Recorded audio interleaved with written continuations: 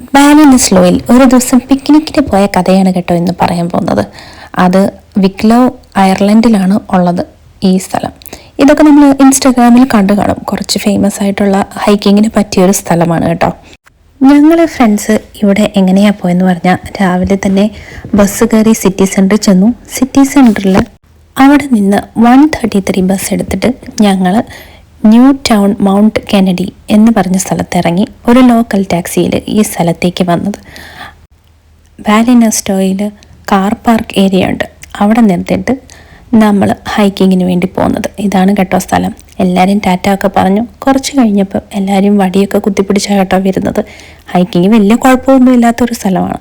ഇവിടെ നിന്നാണ് ആ ബ്യൂട്ടിഫുൾ പ്ലേസിലേക്കുള്ള എൻട്രി. നടുക്ക് പാലൊക്കെ ഇട്ട് തന്നിട്ടുണ്ട്. നമുക്ക് നടന്ന് ഫോറസ്റ്റിൻ്റെ ഉള്ളിലേക്ക് പോകാം.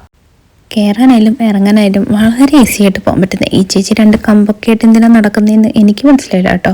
വേറൊരു മഞ്ഞുമൽ ഗേൾ എന്നൊക്കെ എഴുതി വെക്കുന്നുണ്ട്, എന്തിനാണാവോ. ഇവിടെ ശ്രദ്ധിക്കേണ്ട വേറൊരു കാര്യം, ഇങ്ങനെ സൈക്കിളും കൊണ്ട് ആൾക്കാർ പോകുന്നുണ്ട്. അമേസിംഗ് ആയിട്ടുള്ള വേറൊരു കാര്യമാണ്, ഈ ചേട്ടൻ വരുന്നുണ്ടോ, ഒറ്റ വീല് മാത്രമേ ഉള്ളൂ.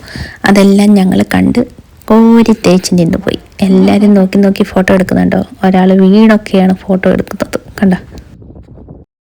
പിന്നെ അവിടെ 2 പേരെ കണ്ടോ നടന്നു പോകുന്നത്. അമ്മയും കുഞ്ഞുവെന്ന് തോന്നുന്നു.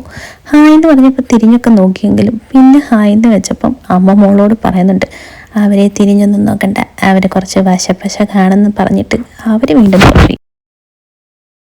ആ കൂപ്പിടിക്കാനെ കാണാൻ നല്ല രസമുണ്ടല്ലേ, എടുത്തുകൊണ്ട് വരാൻ തോന്നി, നടക്കത്തില്ലല്ലോ. പിന്നെ ഇങ്ങനെ കുറേ പിക്ചേഴ്സൊക്കെ എടുക്കും, കുറേ കാട്ടായങ്ങൾ കണ്ടില്ലേ. 1 ഡേ ട്രിപ്പിന് പൊളിയാട്ടോ.